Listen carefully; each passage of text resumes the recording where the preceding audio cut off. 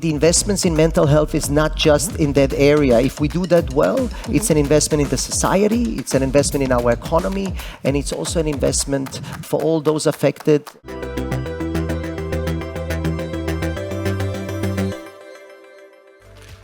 Hello and welcome to a very special live edition of The Big Question here in Brussels. Today I am joined by, and please welcome to the stage, Nedim Pipic, Senior Vice President and Global Head for Mental Health from Boehringer Ingelheim. So, thanks for joining me today. We'll dive straight in. The world is talking a lot more about mental health these days. But how big is the actual problem? Wow, where to start? 1 in 8 people at the moment are suffering from a mental health condition. Sadly, 1 of 2 people in this room are gonna be affected by a mental illness in the course of their lifetime, statistically. So that already raises a high sense of urgency of saying, is that something we could address better? On top of that, when you look at the consequences, serious mental illnesses are the leading cause of disability worldwide. And it affects those who suffer from it in a way where then 10 to 20 years of a lifetime is cut compared to the general population. Maybe a concrete example, schizophrenia, we don't often talk about it, but it's a disease which affects 1 in 300. Wow. 24 million people, and also has the highest societal cost per patient of all the mental illnesses. The other issue contributing to the problem is lack of access. Already before COVID, many who would have liked to seek mental health care had issues getting effective care, getting solid treatments, and that gap has only increased post-COVID. And actually 70% of those in Europe who seek it lack access to mental health care.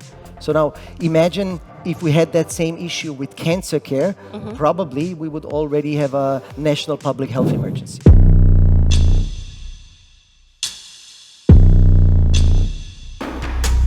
And going back to, you compared serious mental health issues with cancer and kind of the approach. So let's touch upon that a little bit more.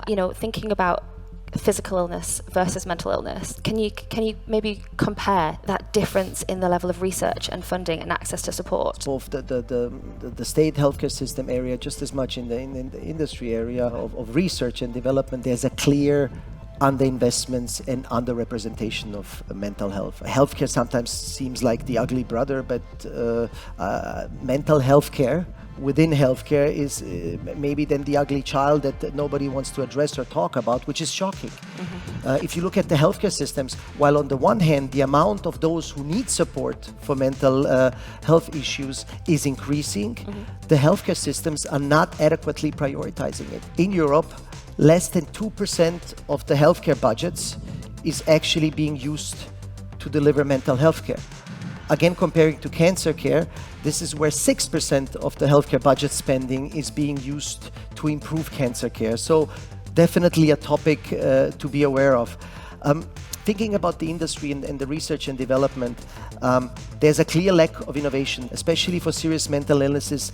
Very few new treatments, for example, in schizophrenia in the last 30 years, right? So some progress has been made, but still a huge gap to be closed. Yeah, and you mentioned that, less than 2% of healthcare budgets are dedicated to mental health.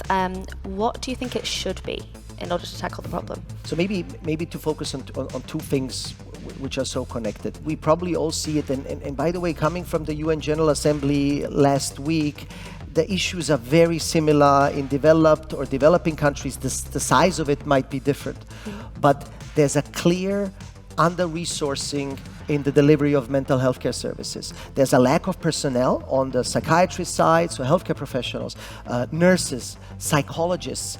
There's maybe new people starting, but also stopping, and there's no backfill coming in. So it's almost like a vicious circle. So this under-resourcing is something that needs to be addressed right away. And that combined with, you also need to deliver on a care pathway. So you need to address the patient journey.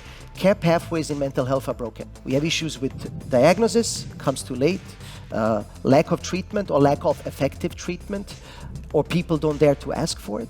Yeah. And rehabilitation and addressing relapses is also not working. So addressing the broken care pathways and the under-resourcing are the 2 points which could definitely make a difference.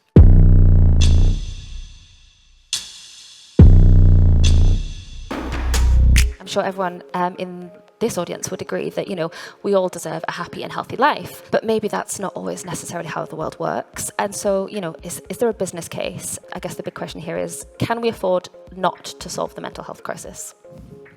For me, it's a rhetoric question. No, we cannot. We cannot afford it.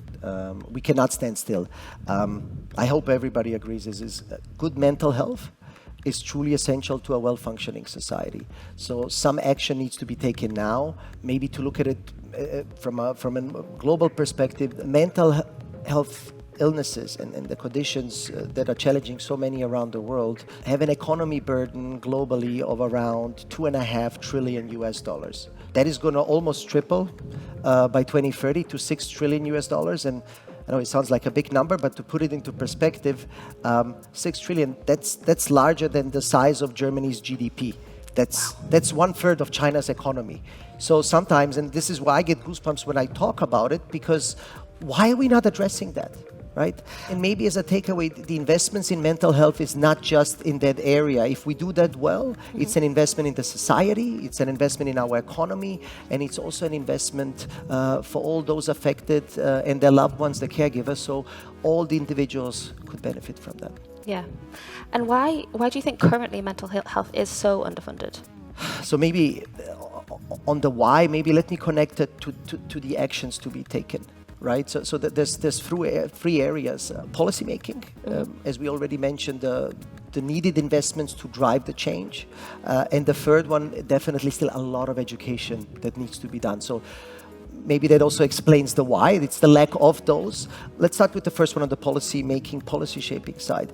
There's no better time than now to really act from a government perspective, from a national perspective, with following a comprehensive mental health care plan that has now been lined out by the EU Commission, following a comprehensive mental health care plan and the 2030 UN Sustainable Development Goals, right, that are also lined up at the UN level, but the governments need to commit. It's always nice to have a piece of paper, but what are you going to do it nationally? I do have to say, it's important to have it at a UN level, but it will be worth nothing if nationally it is not being addressed properly.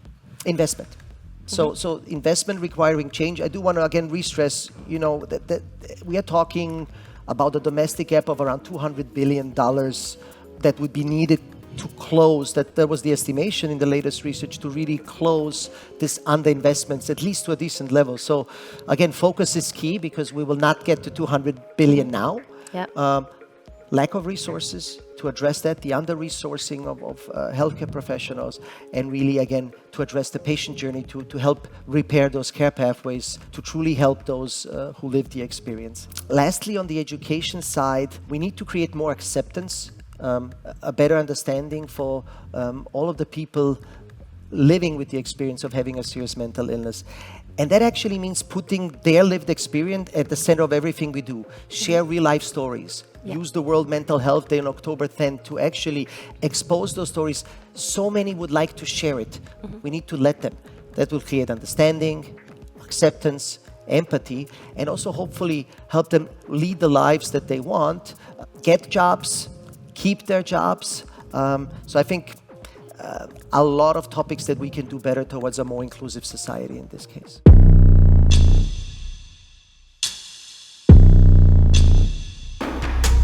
And just on that point of keeping jobs, there was a Eurobarometer survey last year, and 53% of respondents said that financial security is a contributing factor to good mental health. There are statistics that suggest that following diagnosis of schizophrenia, for example, rates of employment and education dropped to 12%, which is a shocking statistic.